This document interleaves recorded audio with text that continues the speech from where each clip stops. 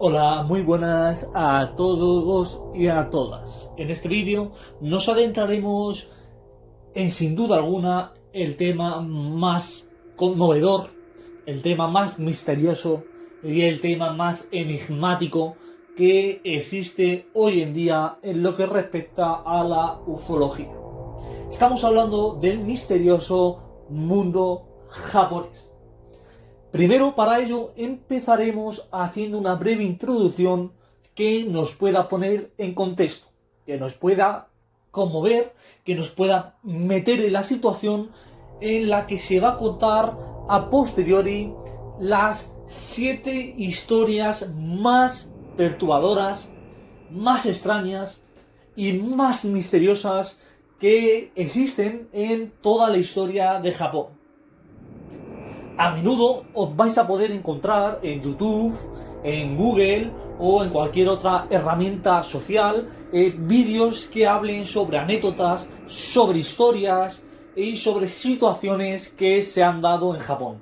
Sin embargo, en este vídeo nosotros nos intentaremos evadir de esas historias que frecuentemente se cuentan, porque sin duda alguna no son las más fantasmales ni tampoco son las más raras.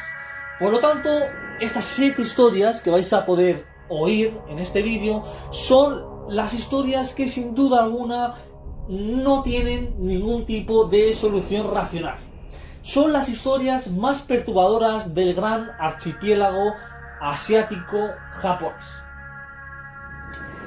Estas 7 historias son muy cotidianas y sin duda alguna los valientes que os atreváis a ver el vídeo os pondrán la punta de gallina. Os quedaréis con un aspecto bastante escalofriante, porque sin duda alguna la temática que albergan estas historias fantasmales es bastante extraño. Empezaremos para ello comenzando hablando de la introducción. Japón, el cual constituye un archipiélago compuesto por 4 islas principales, contiene más de 4.000 pequeñas islotes. Es sin duda alguna el punto culmen de la ufología a día de hoy. Numerosas historias misteriosas y extrañas han sucedido en los diabólicos pasajes japoneses. Muchas de estas historias acabaron con la vida de centenares de personas.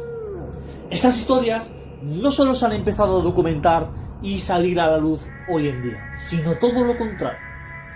Desde el origen de este preciado pero muy extraño archipiélago ya disponíamos de varios centenares de fuentes históricas que sin duda alguna nos siguen conmoviendo a día de hoy. Muchos son los ufólogos que, pese a su gran maestría, experiencia en casos paranormales, ciertos hechos y situaciones que experimentaron al adentrarse en este misterioso archipiélago les marcó sus vidas para siempre. Por lo tanto, a la hora de hablar este vídeo, como solemos hacer a la hora de hablar otros tipos de vídeos que ya hemos comentado que son de una temática también bastante misteriosa, intentaremos extrapolar todo hecho que pueda presentar un cierto carácter de subjetividad. A nosotros solo nos valen aquellos datos que presenten 100% de veracidad y que puedan ser comprobados 100% con pruebas y evidencias que demuestren que estos casos son reales y no puramente ficticios. A menudo estas historias tienen sus raíces en el sintoísmo. El sintoísmo es una religión autóctona del país basada en la veneración de los kami, o también conocidos en castellano como espíritus de la naturaleza. Una creencia que desde siempre buscó una relación causa-efecto entre los fenómenos naturales y paranormales con los respectivos espíritus y los diferentes conocidos en japonés como kami. Así pues, no es de extrañar que a lo largo de los años hayan surgido innumerables historias de seres cuyo aspecto, seres cuya presencia no son nada cercanos a la órbita humana. Esta enorme cantidad de casos fantasmales es de tal índole que a día de hoy nada menos que son el 65% de la población japonesa la que ha decidido practicar y venerar a estos fantasmales espíritus de la naturaleza conocidos como kami, encontrando en ellos, en consecuencia, la única posible situación a las enormes fuerzas fantasmales que se acechaban en su día.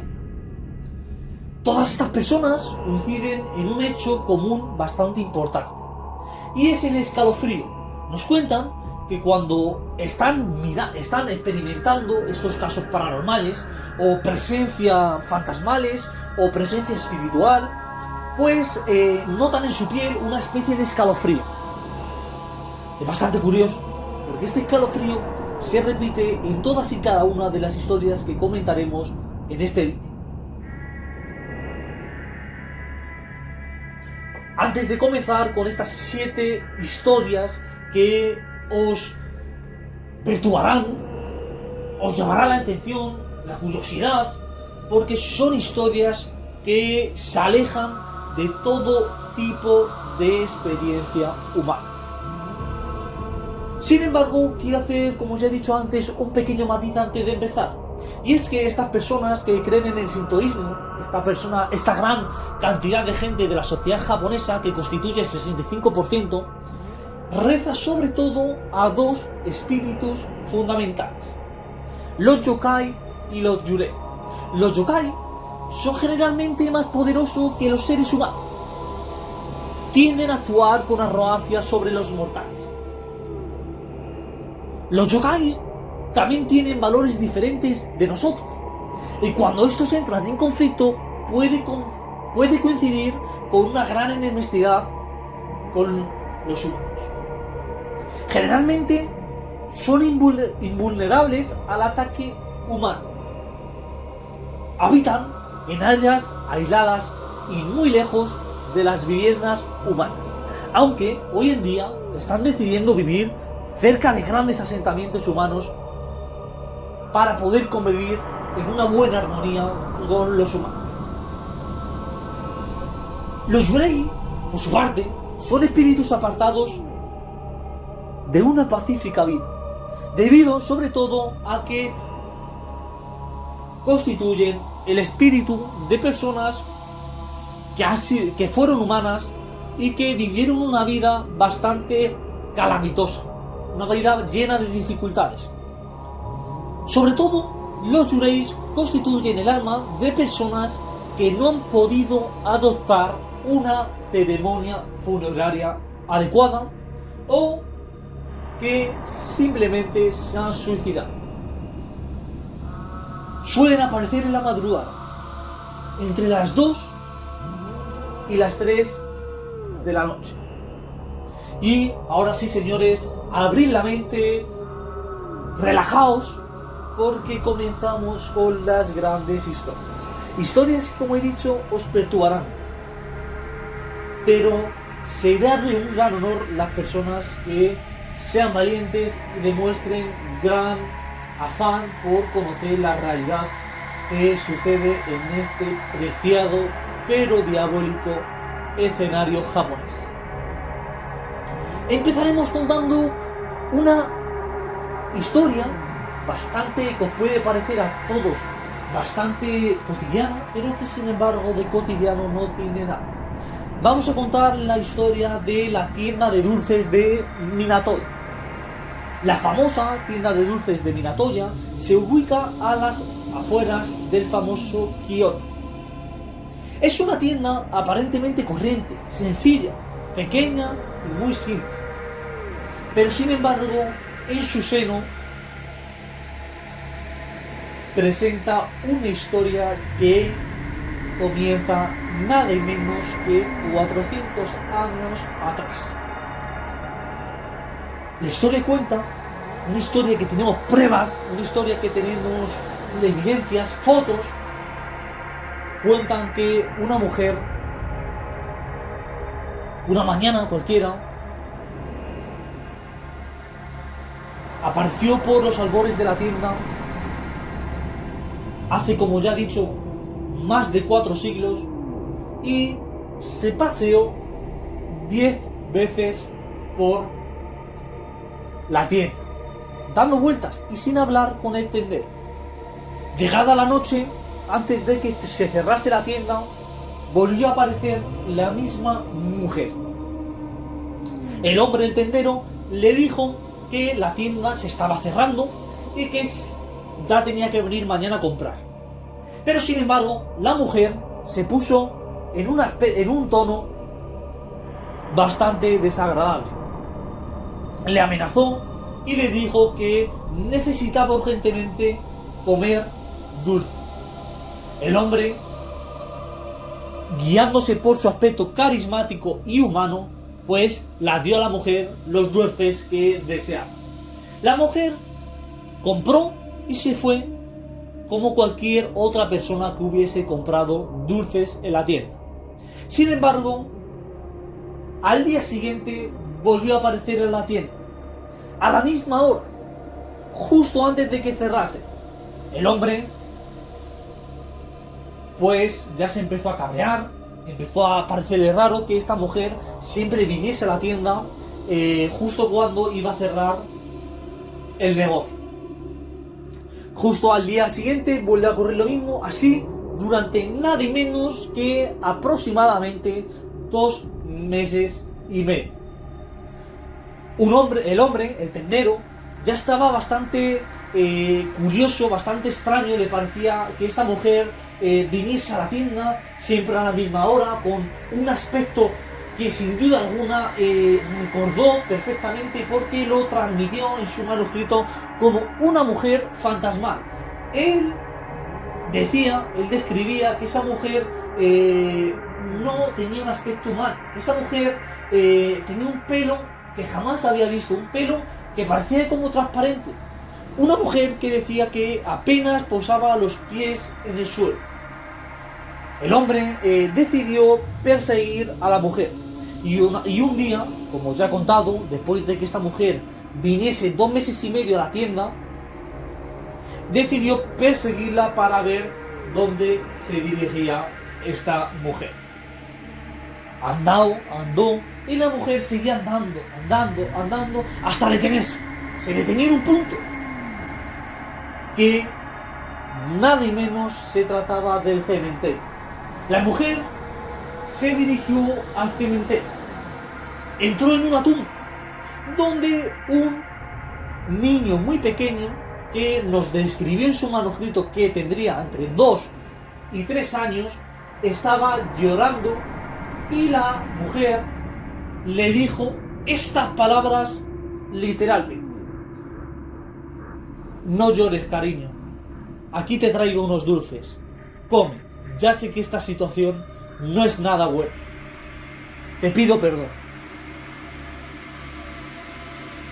El hombre ya no sabía dónde meterse viendo esta situación. Imaginaos, un niño de 2 y 3 años enterrado en una tumba y una mujer dándole dulces. Es una situación que nadie de nosotros quisiera vivir.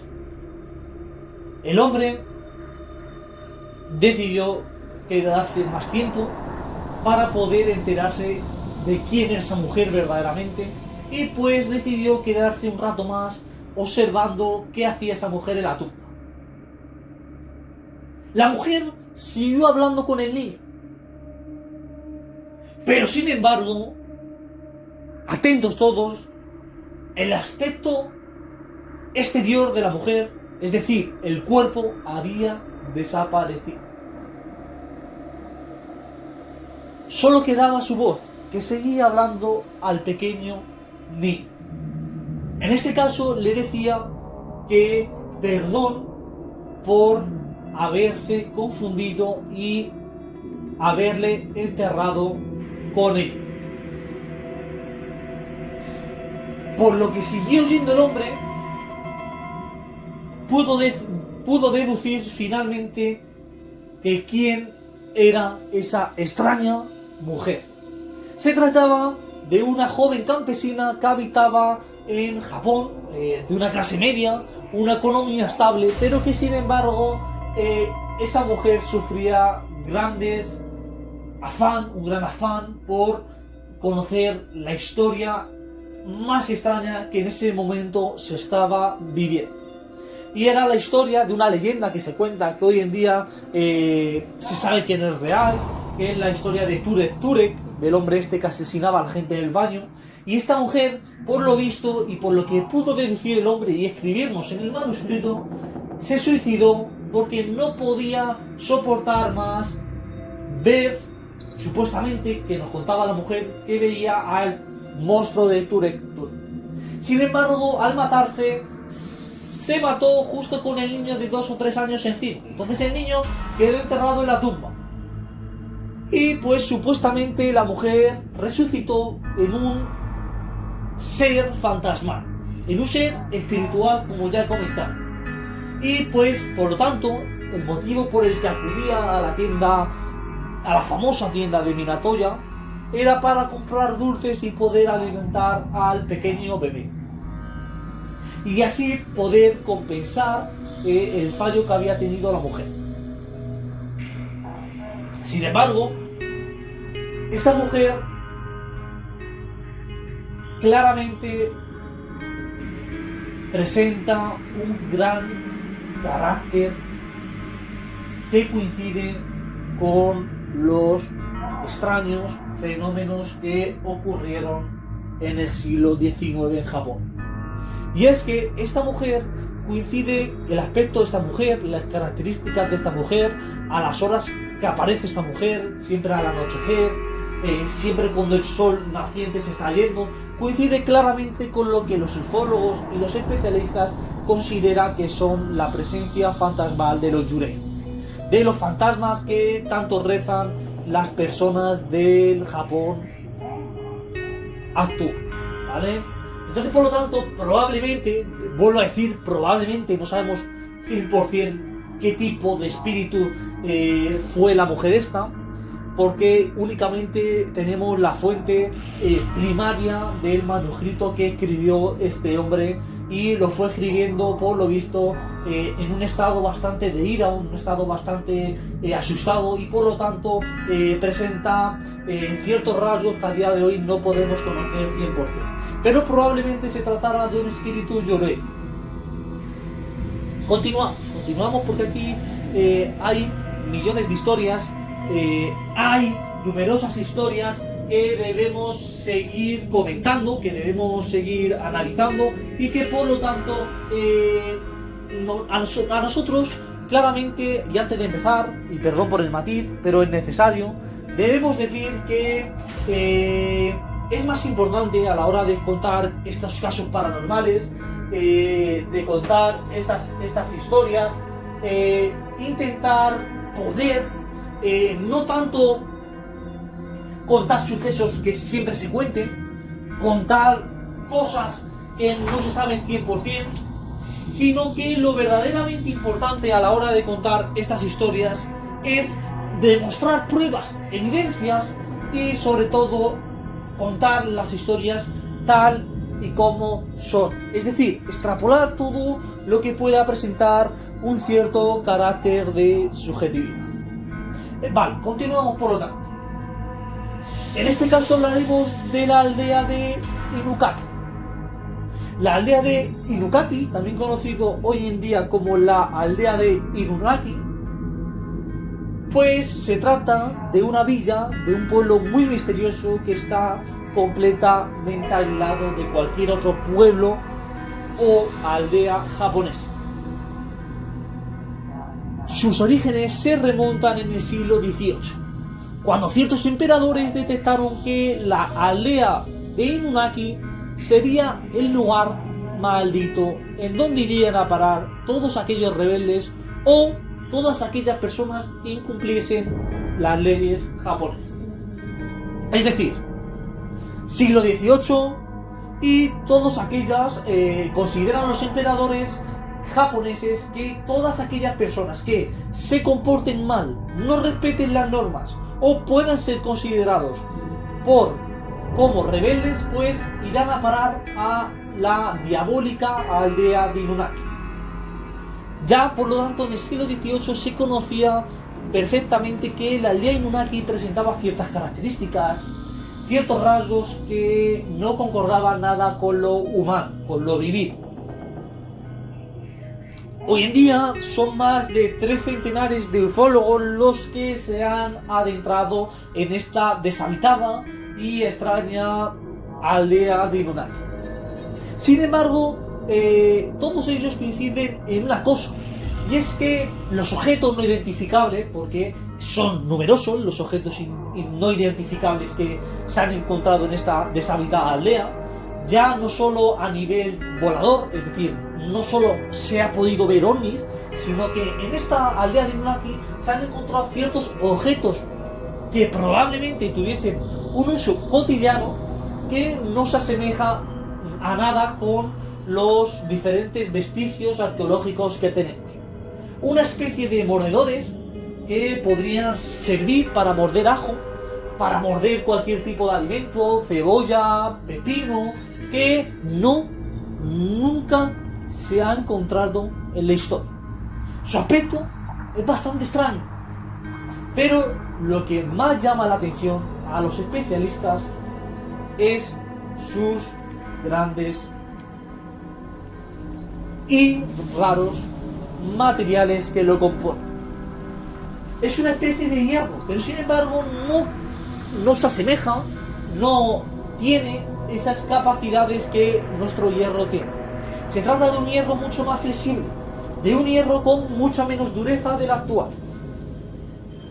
Por lo tanto, los ufólogos, al hablar de esta deshabitada aldea, siempre muestran un gran respeto y una gran delicadeza, ya que todavía no hemos podido deducir el paradigma básico sobre esta teoría fantasmal de Inunaki.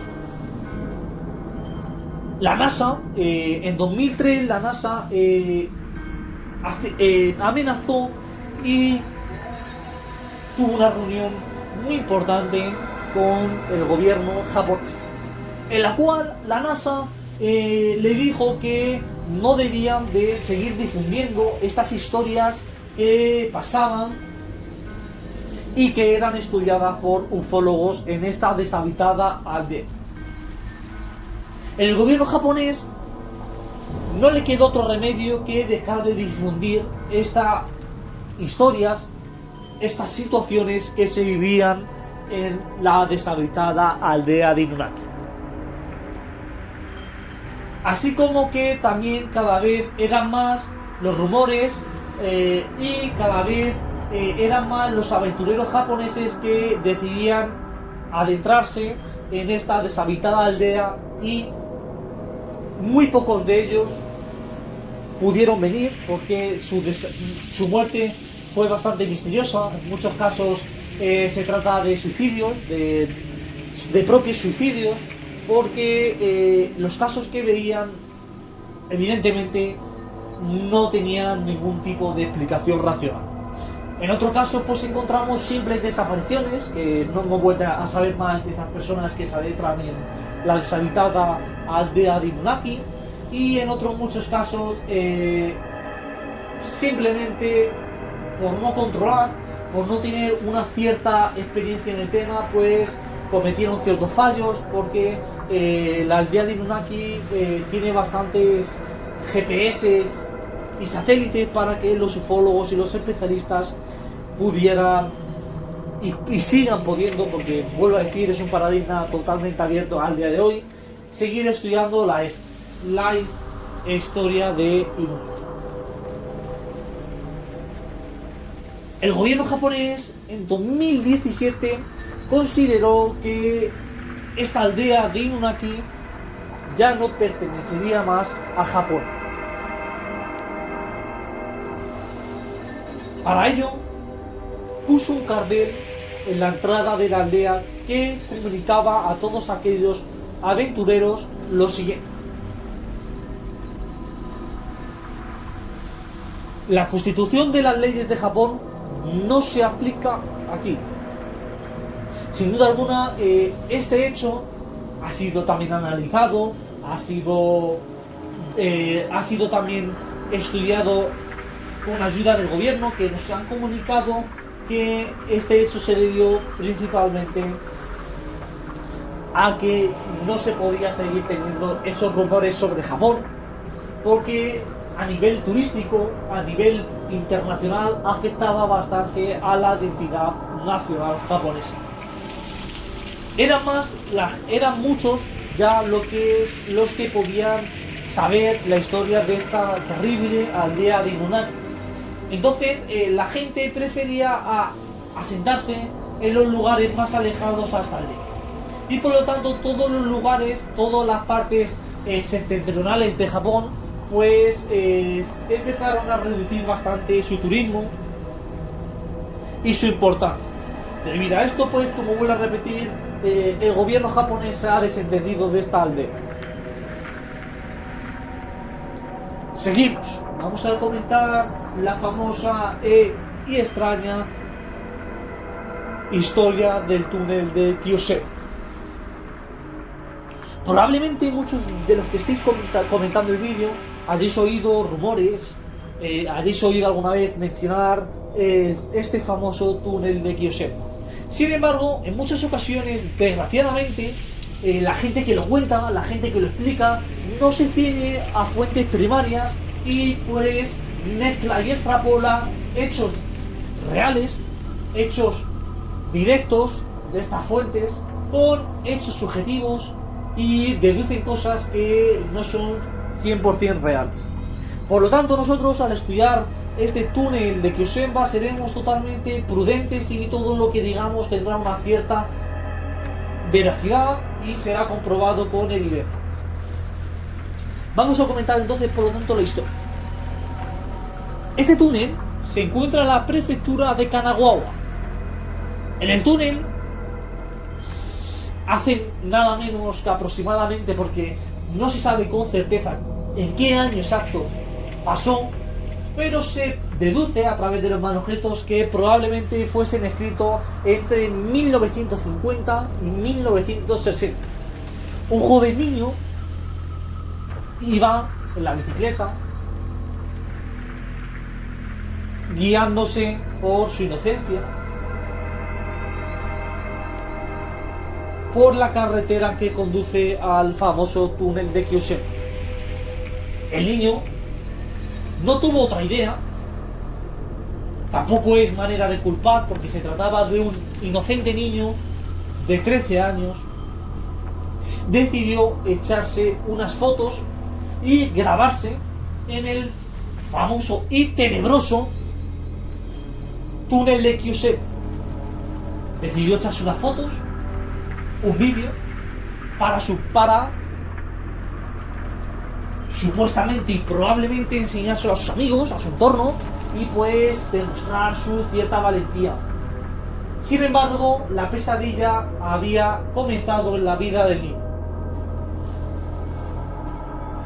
Tenemos la grabación, tenemos como el niño está echándose el vídeo, tan feliz.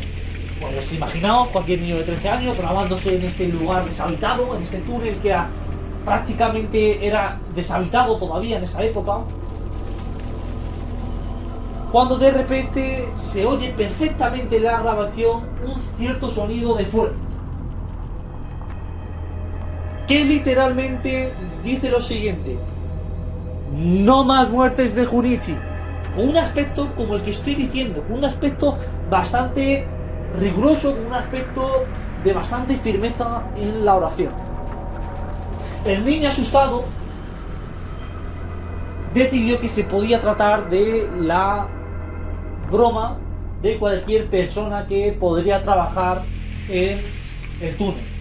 Además, el túnel todavía no estaba 100% construido y se seguía construyendo por aquel entonces. Entonces el niño pues achacó que probablemente estuvieran en obras y que podían estar gastándole una broma. Por lo tanto siguió con la grabación, continuó tan feliz, pero sin embargo esta voz se volvió a repetir. Sin embargo, presenta una novedad. Fueron dos voces las que oyó el niño. Y, como vuelvo a repetir, las que tenemos en la grabación. No más muertes de Junichi, no más muertes de Junichi. Se vuelve a repetir la misma frase, pero esta vez dicha por dos personas consecutivas.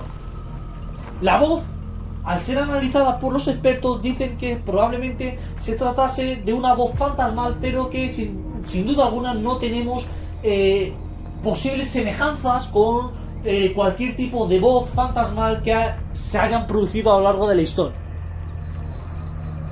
Es, para que os hagáis una idea, una voz que rondaría los 50, 60. El niño ya se empezó a preocupar porque, claro, esta frase se ha repetido 2 veces. Pero claro, bueno, pues deduciría el niño que se podría tratar otra vez de una broma pesada de cualquier persona. Siguió con la grabación, pero en este caso comentó el niño lo sucedido. Dijo: no oí lo que está pasando y se creen que me lo voy a creer. Literalmente estas son las palabras que dijo el niño.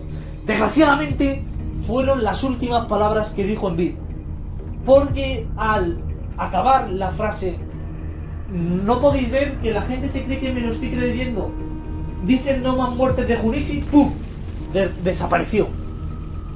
No se ha vuelto a encontrar rastro de este niño.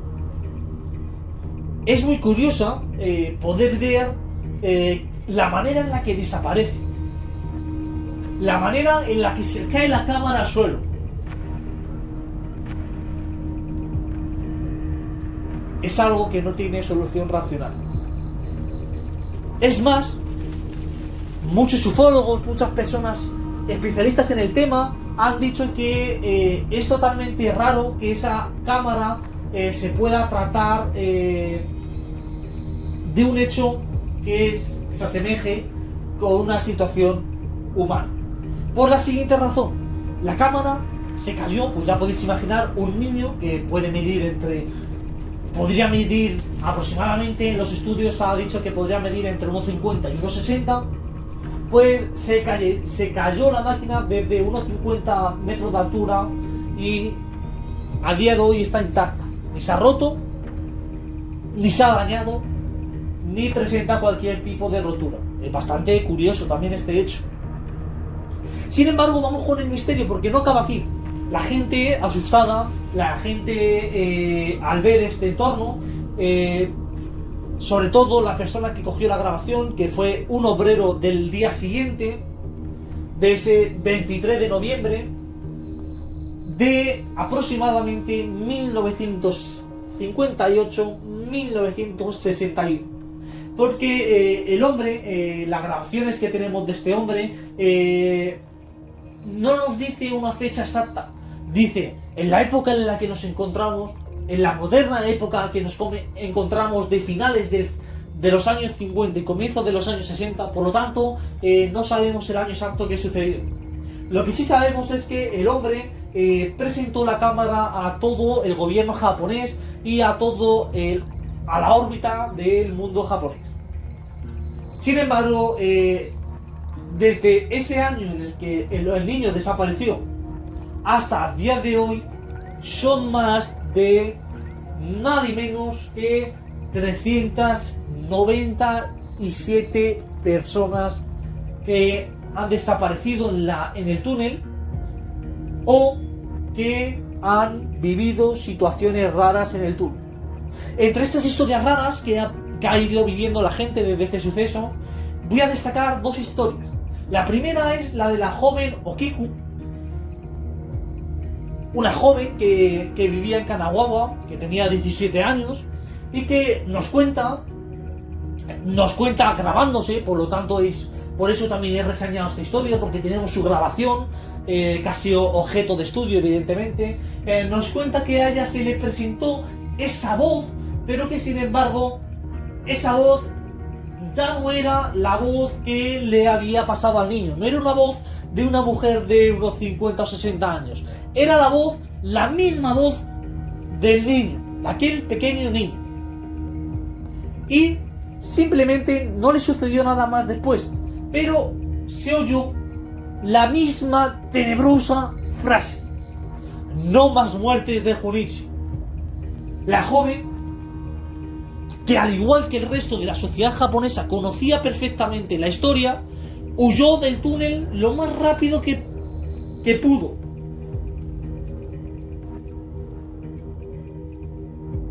Tenía mucho miedo, nos contó. Las fuentes de su grabación nos demuestran cómo la pequeña joven de 17 años no daba crédito de lo que estaba oyendo. La misma voz del niño se la había presentado a él. La segunda historia que voy a comentar es una historia reciente, por eso la voy a destacar. Es una historia que pasó nada menos que hace 2 años, en el 2018.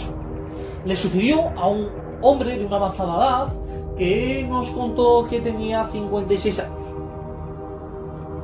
El hombre cuenta cómo al adentrarse en este tenebroso túnel de Kusenba vio una cosa que fotografió, por suerte, porque nos ha permitido poder analizarlo, y es que fotografió que en la parte final del túnel se encontraba una tenebrosa silueta de un niño. Él, lo más rápido que pudo, la fotografió, por eso sale un poquito borrosa porque la fotografió de la manera más rápida que pudo para salir huyendo. Evidentemente se trataba de la misma silueta del niño que había vivido el primer caso tenebroso de este horrible túnel. Sin embargo, Japón es un tenebroso archipiélago cuyas historias van mucho más allá. Por lo tanto, seguiremos contando más historias. Vamos a contar una historia que, por favor, me gustaría que abrieseis la mente, que os concentraseis y que sobre todo os relajaseis. Es una historia que os perturbará a todos. Una historia que yo, cuando la escuché, me pude documentar sobre ella, me llegó realmente al alma. Es una historia que le sucedió a un hombre de 53 años de edad en 2016, en el acantilado de Sandabeki, el cual es un acantilado de más o menos 60 metros de altura, ubicado en la prefectura de Wakayama. El hombre había decidido pues irse con su familia a este famoso acantilado y con sus 2 pequeñas hijas de 8 y 9 años de edad. Nada ocurrió raro, nada ocurrió extraño, hasta que decidieron echarse unas fotografías poco antes de amanecer. Se echaron unas fotografías como cualquiera nos hubiéramos podido hacer en este famoso y preciado acantilado japonés, en donde el hombre echó un par de fotografías, 3 para ser más exactos, a su mujer y a sus 2 pequeñas hijas. Sin embargo, como es común y como todos habríamos podido hacer, cuando se echó la fotografía, pues la vieron a ver cómo había salido, a ver si les gustaba, y algo vieron en la foto que sin duda alguna al hombre le marcó un antes y un después en su larga vida, porque el hombre sigue viviendo a día de hoy. El hombre pudo ver perfectamente cómo al fondo de la imagen se encontraba la silueta clara y detallada de un hombre equipado entero de blanco. Ante esto, pues el hombre alzó la vista del móvil y miró a ver si realmente se encontraba ahí una silueta de un hombre vestido entero de blanco. Sin embargo, como podéis imaginaros, no vio nada. Nada raro sucedió después. El hombre se fue con su familia a casa, y achacó este hecho a que se podría tratar perfectamente de cualquier hombre que se encontrase al igual que ellos en el acantilado pasando un preciado día con su familia. Sin embargo, a la mañana siguiente se le presentaron unos hombres vestidos de negro en su casa. El hombre les atendió, les abrió la puerta como cualquiera de nosotros si llaman a nuestra puerta. Y le dijeron que venían en nombre de la reina. El hombre dijo: perdona, estás equivocado, estás en Japón, no hay reina. Y le dijeron que, por favor, era importante que les diesen las imágenes que se habían hecho al día anterior. El hombre, como cualquiera de nosotros, vuelve a repetir, hubiera hecho, dijo que no le iba a dar nada porque, en primer lugar, ni se había identificado, y en segundo lugar, que cómo sabían que vivía ahí, cómo sabían que el día anterior había pasado un fabuloso día en Sandabrook, en la acantilado. Ante esto, los hombres cambiaron de actitud radical y le amenazaron fuertemente de que le tendrían que dar las imágenes. El hombre se negó de nuevo a darle las imágenes. En ese momento nos cuenta este hombre que le amenazaron de vida o muerte con la vida no solo suya, sino de su familia. El hombre, pues, con el miedo que habríamos podido tener todos de que le pudiera correr un cierto riesgo su vida y la de su familia, le entregó las fotos. Estos hombres se fueron como habían venido y jamás les volvió a ver. Hoy en día se ha analizado y se ha llegado a la conclusión de que estos hombres son los famosos hombres de negro que amenazan a toda esa gente que ve cosas no identificables con el objetivo de que no se puedan difundir estas evidencias reales. Sin duda alguna, como lo cuenta el hombre, sin duda alguna como nos cuentan lo que vivió, se sabe ciertamente que esto es real. Aparte, las fotografías lo demuestran. Muchos de vosotros os podéis preguntar, muchos de vosotros os podéis decir el siguiente interrogante, que es importante y que yo, si estuviese viendo el vídeo, me lo haría. Pero bueno, no entiendo que puedan tener alguien las imágenes a día de hoy si le quitaron las imágenes a estos hombres de negro. Pero estos hombres de negro no pudieron quitar las imágenes de la familia que ya tenía esta fotografía. Me explico. El hombre, cuando vivió esto, como cualquiera lo hubiéramos hecho, difundió entre su entorno más cercano, entre familiares, amigos, lo vivido. Y evidentemente le pasó las fotografías. Por lo tanto, estos hombres de negro, aunque quitaron la fotografía al hombre, llegaron tarde, porque las imágenes ya estaban difundidas y por suerte y por gran ventaja desde el punto de vista ufológico, a día de hoy disponemos de estas imágenes para analizarlas. Seguimos más allá porque contaremos la terrible historia de la pequeña Okiko. Esta historia sucedió en 1918. Eikichi Suzuki, de 17 años, una joven como otra cualquiera de la sociedad japonesa del siglo XX, compró una muñeca en la famosa calle Tumuki-Koji, en Sapporo, con la intención de regalársela a su hermana pequeña de 2 años, llamada Okiko. Esta joven de 17 años, que su única intención era regalarse una famosa muñeca a su pequeña hermana con el objetivo de agradarla, lo que no supo es que la estaría haciendo todo lo contrario. Esa muñeca se convirtió en la pesadilla no solo de la niña, sino de la familia.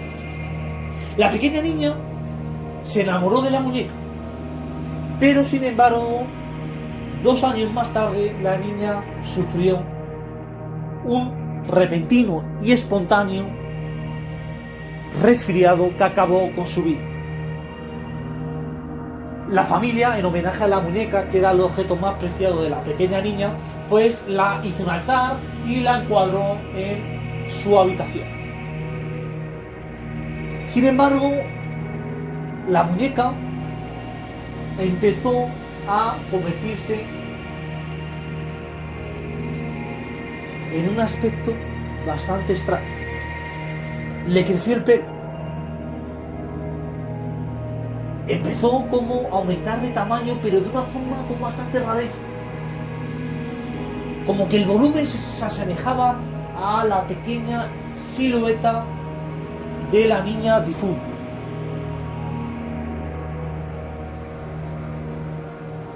Esta muñeca ha sido analizada a día de hoy por los especialistas, por todas aquellas personas que dedican su vida a analizar objetos no identificables terrestres, es decir, no voladores, y han llegado a la siguiente conclusión.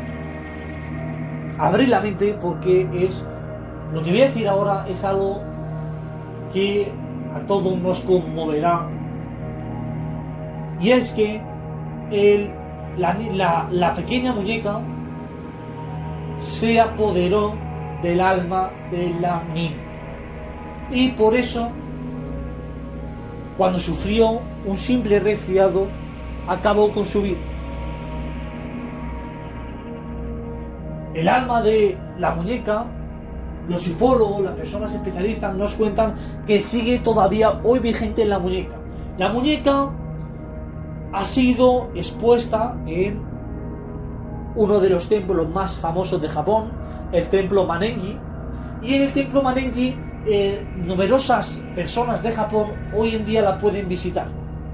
Sin embargo, todas estas personas que la visitan, que la han visitado sucesivamente, es decir, que no solo ha ido al templo Manenji una vez a visitar la muñeca, sino que ha ido más, pueden afirmar con gran firmeza que el rostro de la muñeca varía un tanto en función de pasa el tiempo.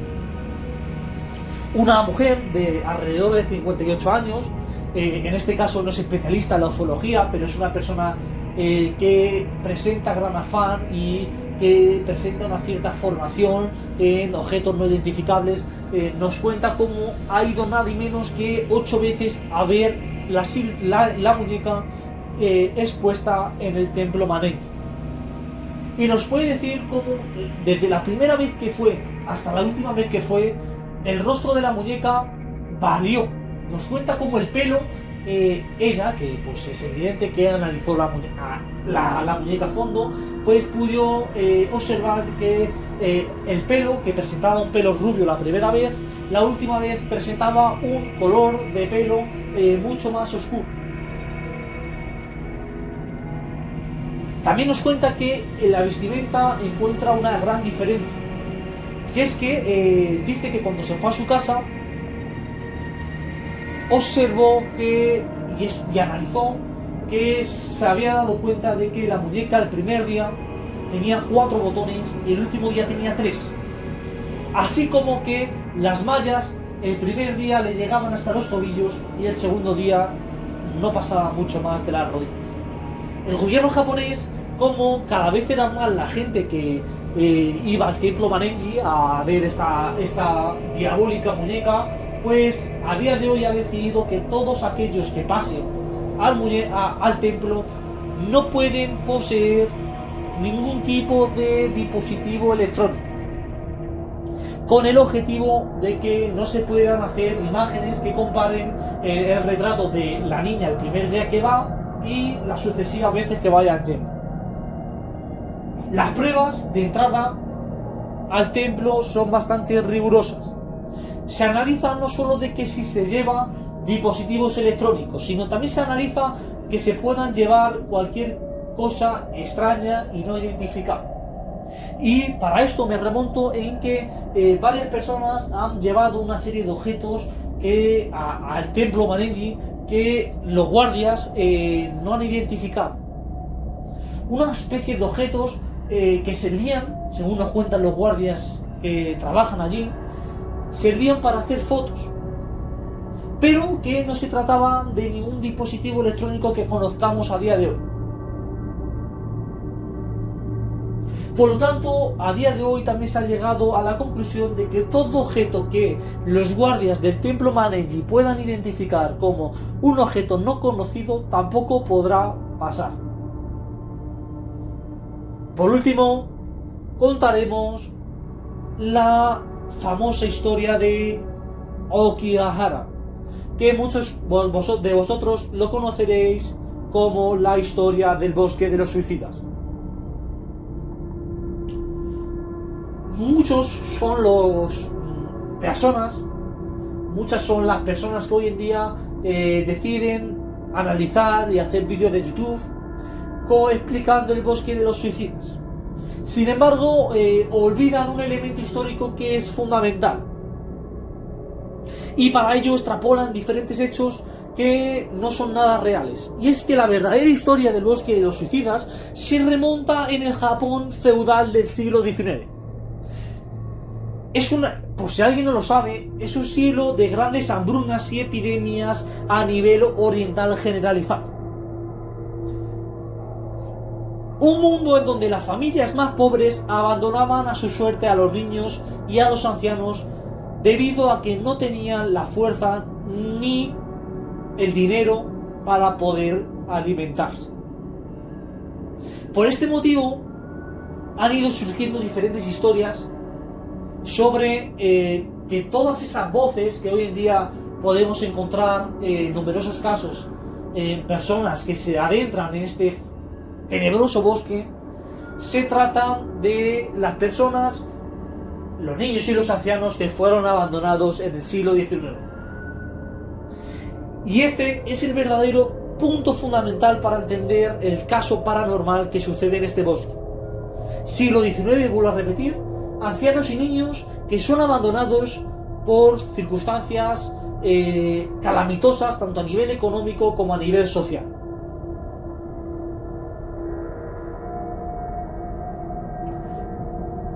Voy a dar una fuente, en este caso, que es muy veraz y muy profesional a la hora de tratar este tema. Y es la novela que se publicó en el año 1960 de Nami no Toi, escrita por el famoso Matsumoto. ¿Vale? En esta historia, en esta novela, nos cuentan cómo claramente se ha podido deducir y extrapolar el hecho de que la voz que hoy en día oyen las personas que se adentran en este bosque es claramente la voz de los niños y los ancianos del siglo XIX. Y es que el famoso Seicho Matsumoto, escritor de esta importante novela, como he dicho, nos cuenta de que el japonés que hablan es claramente el japonés hablado en época feudal del siglo XIX. Muchos de vosotros diréis, pero bueno, ¿cómo puede decir Seicho Matsumoto que se trata justamente del Japón del siglo XIX cuando desde el siglo XV en Japón se hablaba ese idioma? Pues muy bien. Seicho Matsumoto es un historiador y ufólogo especialista en el siglo XIX, en el Japón del siglo XIX. Aparte de que su gran profesionalidad como ufólogo lo hacen una figura eminente, en donde tampoco debemos olvidar su gran maestría a la hora de escribir. Seicho nos habla cómo ese acento, cómo esa distorsión en la voz se trata claramente del idioma empleado en el Japón feudal del siglo XIX. Para ello se remonta sobre todo en los sonidos japoneses que se corresponderían con nuestra S castellana y nuestra N castellana. Dice y explica que las voces que más se oyen en el bosque de los suicidas son voces que traducidas al castellano significarían aproximadamente, ya que tampoco se puede hacer una traducción exacta, significarían mala vida y mal amparo. Muchos de vosotros os podéis decir, es que no tiene sentido de que digan mala vida y mal amparo. Sí, señor, sí tiene sentido, porque el culmen de esta historia paranormal es, vuelvo a repetir, el siglo XIX, un año en donde numerosos niños y numerosos ancianos fueron abandonados a su suerte. Por eso, los niños, la voz que se asemeja Es totalmente la de estos niños y ancianos diciendo en el japonés antiguo del siglo XIX, mala vida y mal amparo. Con esto finalizado el vídeo sobre este misterioso Japón. Espero que os haya gustado, que os haya podido ser útil y un fuerte abrazo a todos.